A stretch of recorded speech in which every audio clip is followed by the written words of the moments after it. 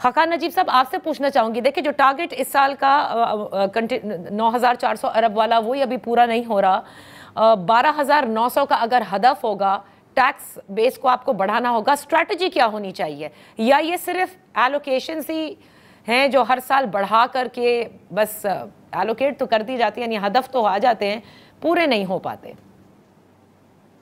सो Nazi साहब, एक देखें, बात तो बिल्कुल क्लियर है कि जब आप आईएमएफ के साथ इंगेज्ड हों और एक आप ऐसा बजट देने जा रहे हों जब मालियाती खसारा तवातर से पिछले 3-4 साल में 8%, यानी कि बहुत बढ़ा हुआ हो। आपने अपने लॉ में 3.5% लिखा है, आप 8% का मालियाती खसारा कर रहे हों। और तीसरी बात यह है कि आपको बहुत ही ज़रूरत हो अपना टैक्स टू जीडीपी 9% से तब्दील करने का। अगर इन तीन चीज़ों का ही जायज़ा ले लें तो ये एक बात आया है कि एक टैक्स हैवी बजट जो है वो आपको दिखाई देगा।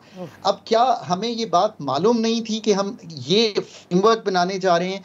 यहाँ पे मेरी बड़ी ही अदब से ये गुजारिश है कि एक 2021 की पाकिस्तान पे रिपोर्ट है जिसको टडाट कहते हैं, tax assessment by the IMF. ये एक टूल है जो वो यूज़ करते हैं। और नादिया, ये मुझे इसलिए मालूम है क्योंकि मेरी जो बेगम है वो एक टडाट एक्सपर्ट है दुनिया की, और वो दुनिया भर में ये काम करती है। सो आई वेरी वेल अवेयर कि उस प्रोग्राम में सारा कुछ लिखा हुआ है, जाके पढ़ लें।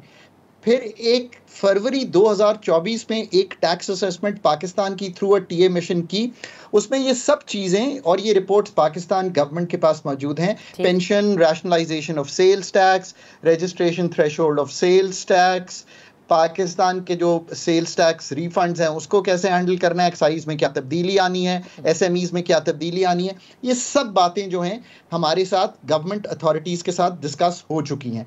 अब इस पसे मंज़र में ये जो 2,2100 अरब की टैक्सेशन है, ये इन्हीं सब मेजर्स पे उन्होंने इसलिए बेस की है बिकॉज ये मेन्यू अवेलेबल है। Pakistan authorities, I really hope कि उन्होंने एक डिफरेंट मेन्यू उनके सामने भी रखा होगा जिसमें रिटेल और होलसेल, एग्रीकल्चर इनकम टैक्स। आप बड़ा फैसला कहती हैं ना, ये है बड़ा फैसला। आप एग्रीकल्चर इनकम टैक्स को प्रोविंसेस से निकालिए और उनको फेडरल गवर्नमेंट में लाइए। आप प्रॉपर्टी टैक्स को फेडरल गवर्नमेंट में वापस लाइए, निकालिए इसको प्रोविंसेस से। अगर आप ये दो बड़े फैसले खुद कर लें तो फिर देखिए कि फेडरल गवर्नमेंट के पास क्या अथॉरिटी आती है। एफपीआर जितना भी बुरा है, आज भी वो एक वाहिद अदारा है जो 9,300 अरब आपको कलेक्ट करके देगा।